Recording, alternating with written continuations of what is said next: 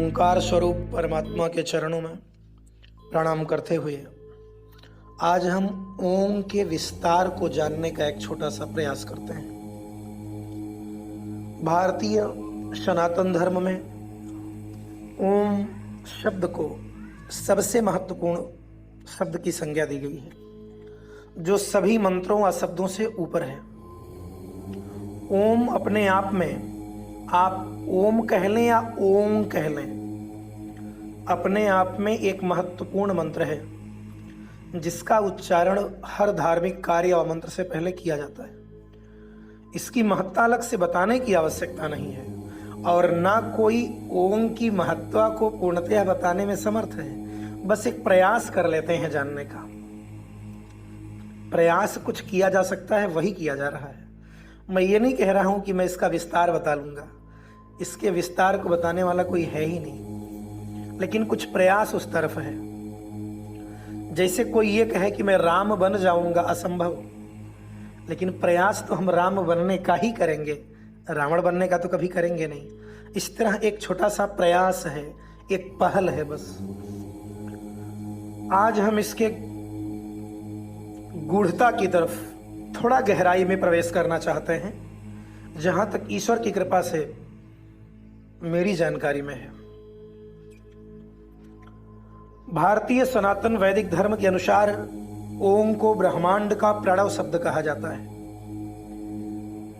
जिसके बाद ब्रह्मांड की उत्पत्ति हुई और यहां प्रणय से अर्थ सर्वप्रथम से लगाया जाता है। ब्रह्मांड लगातार फैलाव कर रहा है,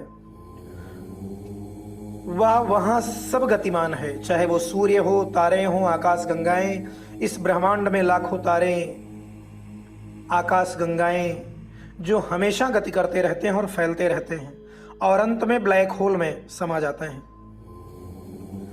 ब्रह्मांड में जो ध्वनि हमेशा गुंजायमान रहती है, वैज्ञानिकों का भी मानना है कि इस ब्रह्मांड में हमेशा एक ध्वनि गूंजती रहती है और तमाम वैज्ञानिक शोधों से सिद्ध हो चुका है कि वह ध्वनि ओम ही है। कितने गर्व की बात है कि तमाम वैज्ञानिक शोधों से जिस ध्वनि की खोज की गई, लाखों करोड़ों वर्षों पहले हमारे मुनियों ने, हमारे ऋषियों ने, हमारे ब्रह्मवेत्ताओं ने वह स्पष्ट कर दिया था, उसकी घोषणा कर दी थी। और इसका संबंध सीधे ब्रह्मांड से है, अर्थात ईश्वर से है, जो सर्वत्र विद्यमान है।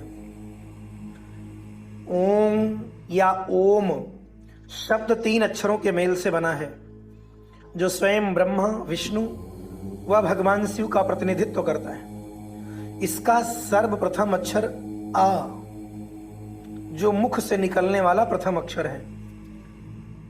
मैं आ की बात कर रहा हूं। हिंदी वर्णमाला का पहला अक्षर आ,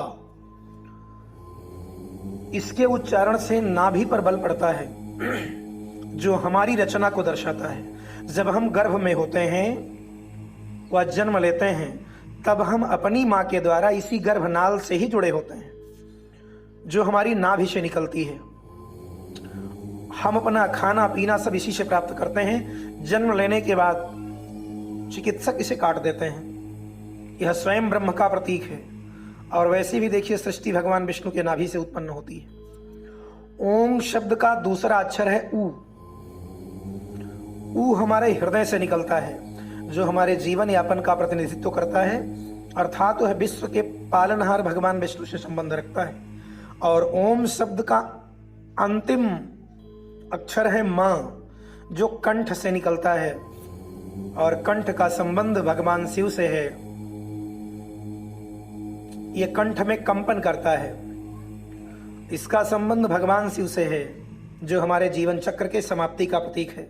इस तरह ओम का उच्चारण करने से हम ब्रह्मा, विष्णु व महेश तीनों का आवाहन कर लेते हैं। इसी कारण इस शब्द को भारतीय सनातन धर्म में सबसे ज्यादा महत्ता प्रदान की गई है और हर मंत्र से पूर्व इसका उच्चारण करने को कहा गया है।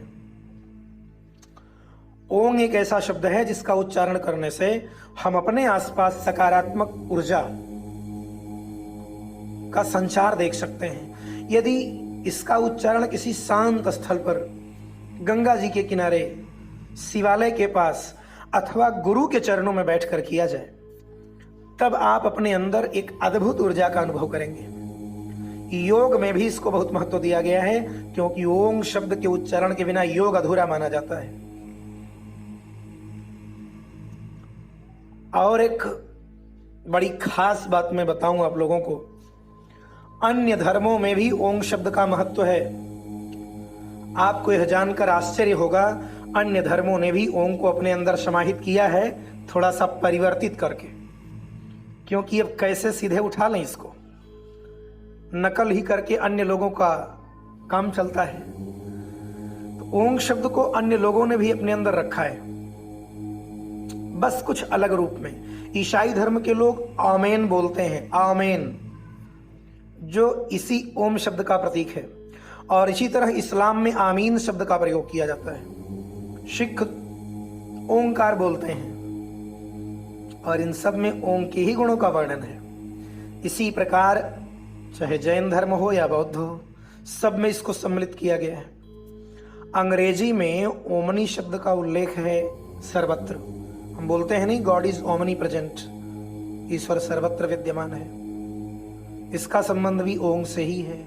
ओम शब्द का किसी धर्म से संबंध न रखकर ब्रह्मांड की उत्पत्ति व विनाश को दर्शाता है। इसीलिए हिंदू धर्म में, भारतीय सनातन धर्म में इसे सर्वोपरि स्थान दिया गया है। यह सब धर्मों से परे है और सबका प्रतिनिधित्व करता है, इसलिए इसे किसी एक धर्म का नहीं मानना चाहिए। इसका वैज्ञानिक महत्व है। वैज्ञानिकों का मानना है, यदि आप तनाव से ग्रस्त हैं, अवसाद में हैं, तो ओम इसमें महत्वपूर्ण भूमिका निभाता है। इसके लिए आप एकाग्र मन से कुछ देर आंखें बंद करके ओम का उच्चारण कीजिए। आपके आसपास सकारात्मक ऊर्जा का संचार होगा, मन आपका शांत होगा। नियमित ओम का जाप करने वाले व्यक्ति का पाचन तंत्र भी सुचारू रूप से काम करता है, ऐसा अमेरिका के वैज्ञानिकों ने शोध में बताया।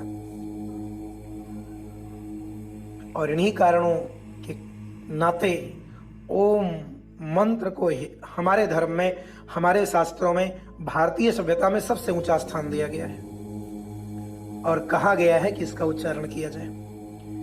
चर्चा तो यहां तक है कि पहली बार या कभी कोई देव पुरुष, कोई महापुरुष अथवा गुरु आपके नाभि को अपने अंगुली से स्पर्श करता हुआ और आपके कान में 7 बार ओम का उच्चारण कर दे, थोड़ी सी और प्रक्रिया है उसके तहत, तो उस व्यक्ति का मेधा जग जाता है, उसका विवेक जागृत हो जाता है, अगर गुरु ऐसा काम कर दे तो। ओम अथवा ओम का बड़ा महत्व है। आप इसके जाप को जीवन में शामिल करें और इसका लाभ लें। वैज्ञानिक महत्व भी है, और जो कुछ वैज्ञानिकों ने बाद में बताया, लाखों वर्ष पहले हमारे ऋषियों मुनियों ने उसका उद्घाटन कर दिया, संसार के सामने वह रख दिया, जिसे दुनिया बहुत बाद में जान पाती है। ये रहा ओम के महत्व को जानने का एक छोटा सा प्रयास, एक हल्का सा पहल। आज की चर्चा यहीं रोक लेते हैं। भगवान के चरणों में, इस ओम का स्वरूप परमात्मा के चरणों में नमन करते हैं। अगली चर्चा अगले वीडियो में, तब तक के लिए धन्यवाद।